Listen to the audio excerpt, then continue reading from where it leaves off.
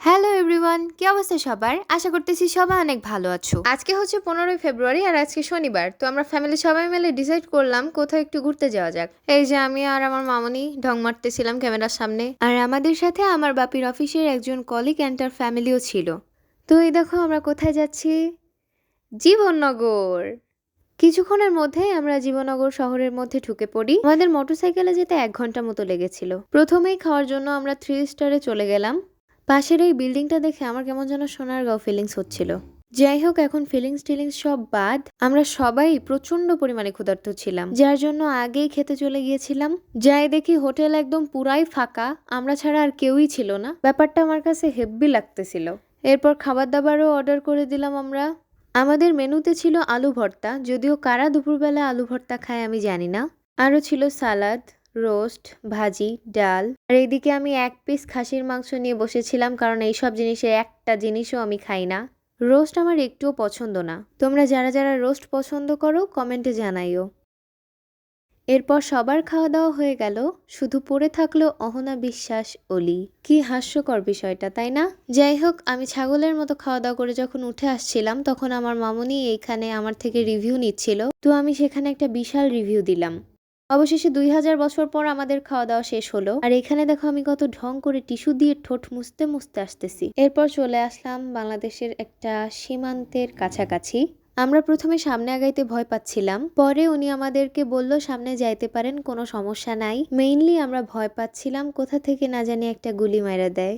যাই হোক, ভয়তে ভয়তে আগাইতে আগাইতে একদম শেষ সীমানায় চলে আসলাম। এইখানে আমার মামনি খুব ভয় পাচ্ছিল, তো তোমরা নিজেরাই শুনে নাও। আরে চলো, এত ভয় করলে হয় না।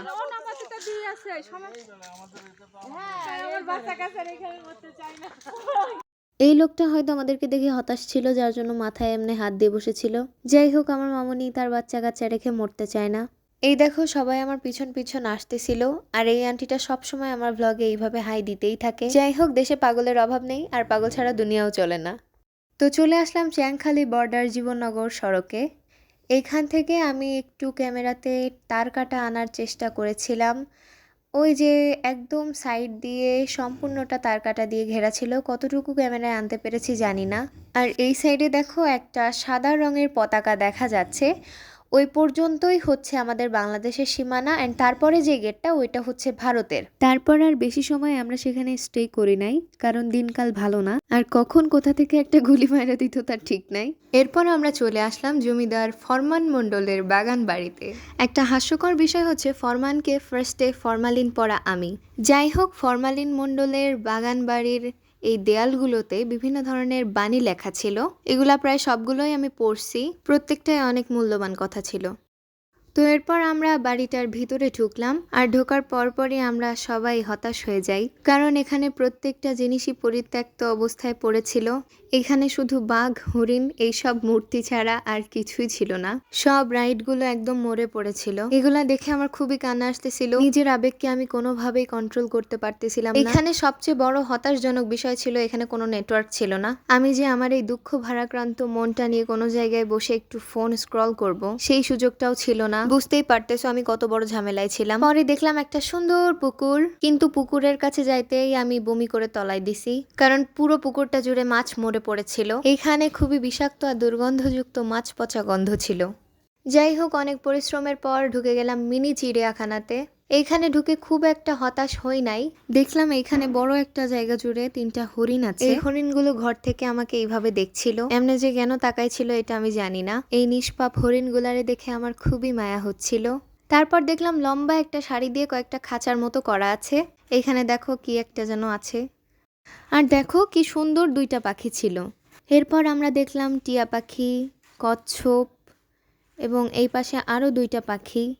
তো গাইজ, এরপরে আমার মামনির সাথে আমার দেখা হয়ে গেল। 2টা জিনিসের মধ্যে একটাই পার্থক্য, সেটা হচ্ছে আমার আসল মা মানুষ আর এটা একটা জন্তু। আমার মামনি যেরকম সবসময় আমার পিটাইতেই থাকে, এইটাও আমারে ওইভাবেই ঠোকা মারতেছিল। সবশেষে একটা জিনিস বুঝলাম, বাসায় তো আমার কোনো মূল্য নাই, এদের কাছেও কোনো মূল্য নাই, আর এটাই বাস্তব। হা হা হা।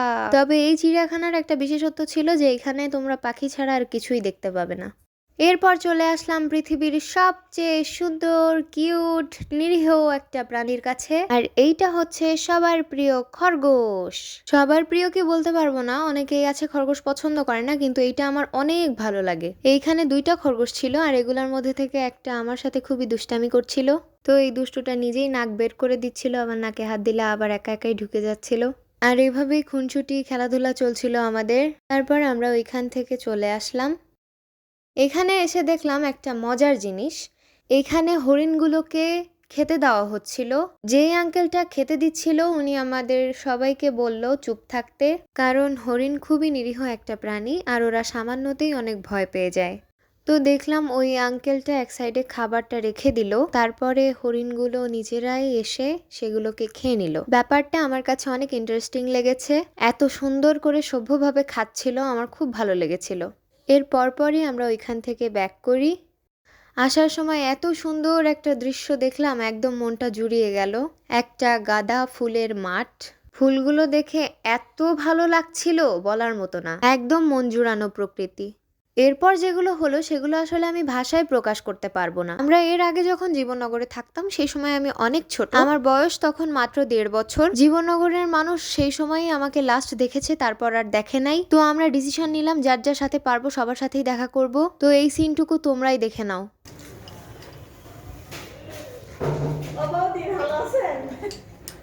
আসেন।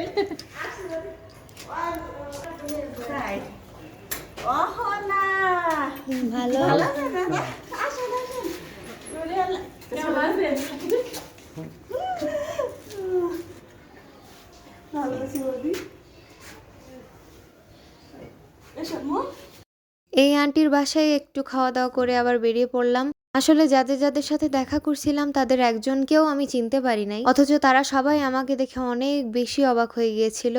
প্রায় 14 বছর পরে আবার সবার সাথে দেখা। সব থেকে ভালো লাগার বিষয় হচ্ছে আমাদেরকে এখনো পর্যন্ত প্রায় সবাই মনে রেখেছে। এইখানে অনুষ্কার একটা রিয়াকশন তোমরা দেখো। প্রায় 10-12 জনের সাথে দেখা করেছিলাম আমরা। যেহেতু সন্ধ্যা হয়ে যাচ্ছিল ওই জন্য আমরা আর বেশি দেরি করি নাই, বাসার জন্য ব্যাক করলাম এবং আমাদের এলাকায় চলে আসলাম। আর সেই আমার মোস্ট ফেভারিট একটা জায়গায় চলে আসলাম। এইখানে আসছিলাম হালিম খাইতে।